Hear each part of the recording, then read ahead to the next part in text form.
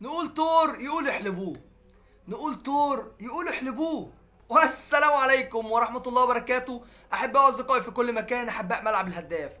أهلا وسهلا بكم في حلقة جديدة نارية من حلقات ملعب الهداف مع أخوكم في الله محمد الصيفي.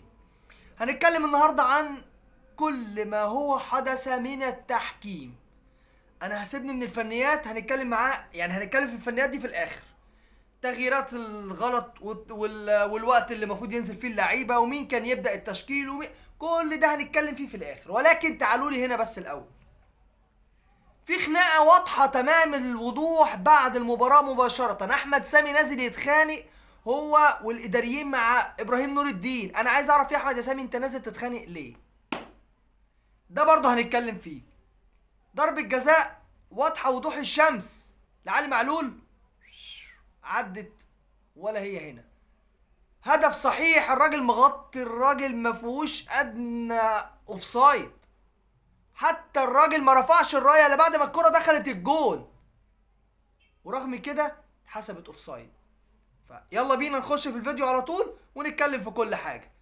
قبل اي حاجه انا مش ضد ابراهيم نور الدين، ولا انا بكرهه ولا انا بحبه. انا راجل بتفرج على كوره من صغري، عارف ان الحكم اللي في المباراة ده بيبقى حكم عادل، والعدل اساس الملك. يعني العدل اساس الملك. انا وحش، انا حلو، انا كويس، انا ابن حلال، انا ابن حرام، اديني حقي في الملعب. ده اللي مفروض يطبقوا القانون، واللي بيمثل القانون هنا ابراهيم نور الدين. النادي الاهلي تيجي تتكلم على التحكيم يقول لك ما الاهلي وحش. انت مالك وحش ولا حلو؟ انت مالك وحش ولا حلو؟ اديني حقي ومالكش دعوه انا وحش ولا حلو. انا وحش لنفسي وحلو لنفسي. انا حلو لنفسي ووحش لنفسي. ابراهيم نور الدين تغاضى عن انذارات 2 3. اتمسك قفشه في نص الملعب، الراجل ما خدش انذار. اتمسك اليو ديانج في نص الملعب، الراجل ما خدش انذار. اتشد محمد هاني من التيشيرت، ما خدش انذار. الراجل شادي حسين اتشد من محمد شكري جوه ال 18 من الفلنه، وقعه على الارض. ضربه جزاء واضحه صريحه الشوط الاولاني، ما حسبش اي حاجه، ولا طرد ولا انذار، قصدي ولا انذار ولا ضربه جزاء. تمام. بعدها حسين الشحات مفيش اي حاجه. بعدها كوري كريم فؤاد اتحسبت. بعدها علي معلول اتضرب جوه ال 18 فخده بفخده، مطير علي معلول خالص من على ال 18 من جوه ال 18، مفيش اي حاجه. هدف صحيح قبل ضربه الجزاء ديت، ما فيهوش اي حاجه في الشوط الاولاني، ما فيهوش اي حاجه خالص خالص. الراجل مغطي ده على خط واحد ومغطي جسم الراجل، اخر واحد في المدافعين بتوع نادي سيراميكا، مغطي الراجل بتاع الاهلي برونو سافيو. ورغم كده، او مغطي اللي اتلعبت لبرونو سافيو كان علي معلول ساعتها، ورغم كده حسبت اوفسايد. بس حكم الرايه كان جامد جدا، استنى لما الكرة دخلت جون وبعد كده رفع الاوفسايد. مع ان لو انت واثق في قرارك الطبيعي ان اول ما يلمسها علي معلول تروح رافع الرايه. تدخل جون بقى ما تتخشش جون، انت رافع رايتك خلاص، ما هي الكرة، ما انت رافع الرايه. ابراهيم نور الدين بقى يبص لك بعد كده يقول لك اوفسايد، لكن مش بعد ما تخش تروح رافع ايه ده دخل الجون، لا خلاص اوفسايد. صح. فالتحكيم عليه لغط كبير يا جماعه في الدوري المصري، وانا بصراحه انا زهقت. زي ما قلت لك كده، الزمالك وحش حلو اديله حقه، الاهلي وحش حلو اديله حقه. اي فرقه ماشيه في الشارع كده بتلعب كوره، الراجل اللي في الملعب ده بيمثل العدل. وقلنا في بدايه الحلقه العدل اساس الملك. لو انت مش هتكون عادل يبقى حرام عليك، لانك الفلوس اللي بتدخلها بيتك من المباراه دي هتبقى حرام. عارف ليه هتبقى حرام؟ لان انت ما عدلتش، وانت قاصد انك ما تعدلش، تبقى مصيبه اكبر لو انت قاصد. واللي احنا شفناه في الملعب ده بجد ده مش اول مره. وابراهيم نور الدين مش اول مره يعملها مع النادي الاهلي، ليه كوارث كتير، الدوري اللي فات والدوري اللي قبليه. وبعدين معلش يعني هم الرابطه ولا اتحاد الكره ولا بتوع التحكيم دولت، انا عايز اعرف هم انتوا جايبينهم لنا بالسلسال ليه كده يعني؟ هو فين البنا؟ يعني فين البنا وفين غيره؟ يعني في كذا واحد كده كويسين ما بشوفهمش اللي النادي الاهلي بيحكمهم. بسم الله ما شاء الله يعني، من سيدي الا ستي يا قلبي لا تحزن. مش هنتكلم كتير في موضوع التحكيم، ولكن انتوا شفتوا بعينيكوا. انا بس اللقطه اللي شدتني وعايز اعرف، هو احمد سامي رايح يتخانق مع ابراهيم نور الدين في ايه؟ بيقول له اصل دي كانت هجمه مرتده وكنا ممكن نكسب. هو في ايه يا جماعه؟ هجمه مرتده؟ هو الحكم خلاص ادى الخمس دقايق وصفر، ده هم المفروض ناخد اكتر من 5 دقايق. محمد بسام عمال يقع في الملعب، معرفش مين وقع في الملعب، كل شويه واحد بيعطل الكوره. ومفيش انذارات، مفيش انذارات غير للنادي الاهلي بس. انذارات للنادي الاهلي، اوفسايد على النادي الاهلي، اهداف تتلغي للنادي الاهلي، ضربات جزاء بالعافيه شحيحه، لولا واحده والتانيه والتالته لولا ان نديك واحده منهم. اذا النادي الاهلي مطالب انه يكسب 5-6 عشان يتحسب له 4-3 منهم. هو ده يا جماعه اللي انا عايز اتكلم فيه النهارده. فنيات انا قلتها او هقولها لكم تاني. محمد هاني النهارده كان عامل مباراه جيده. علي معلول طبعا لا نقاش، علي معلول نجم كبير، ولكن برونو سافيو وحسين الشحات واقفين على الخط من بره.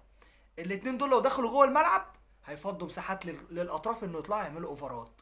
الاوفرلاب من هنا ومن هنا هيعمل خلخله في الدفاعات، وهو ده اللي كنا المفروض نلعب عليه.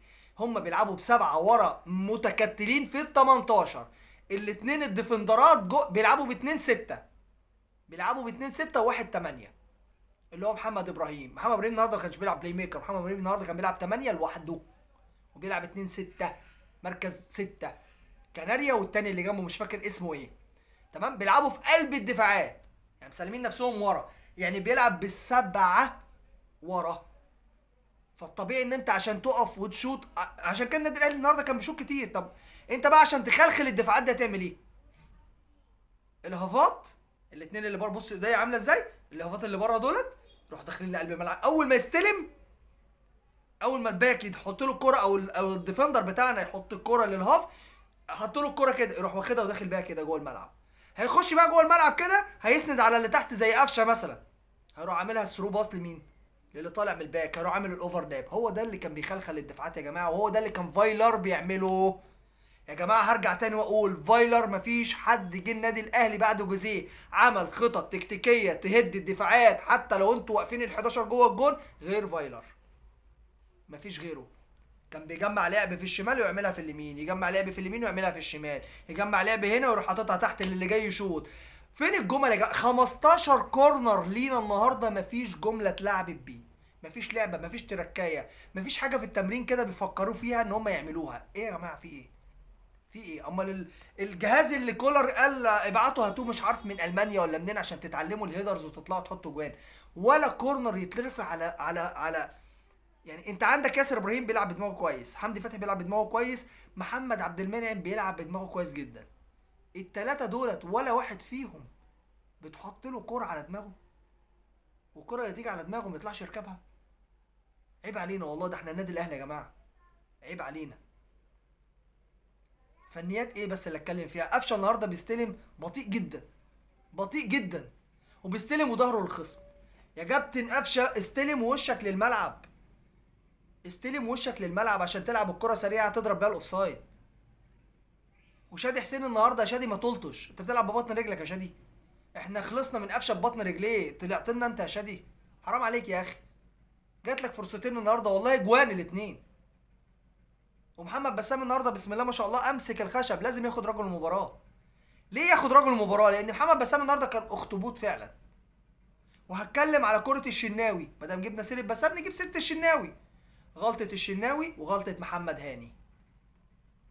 اللعيبه كلها متكتله جوه الجون مع الشناوي، بتزق وعماله تكربس عند الشناوي عشان تلخبط وعشان يوصلوا للحته دي، ان الكره تقع تسقط تروح واحد لاطش تيجي في دماغ واحد وتخش. يا شناوي انا بقى اللي اتكلم وازق الناس دي بره، او اطلع او اسيبهم واقف على خط الجون بتاعي.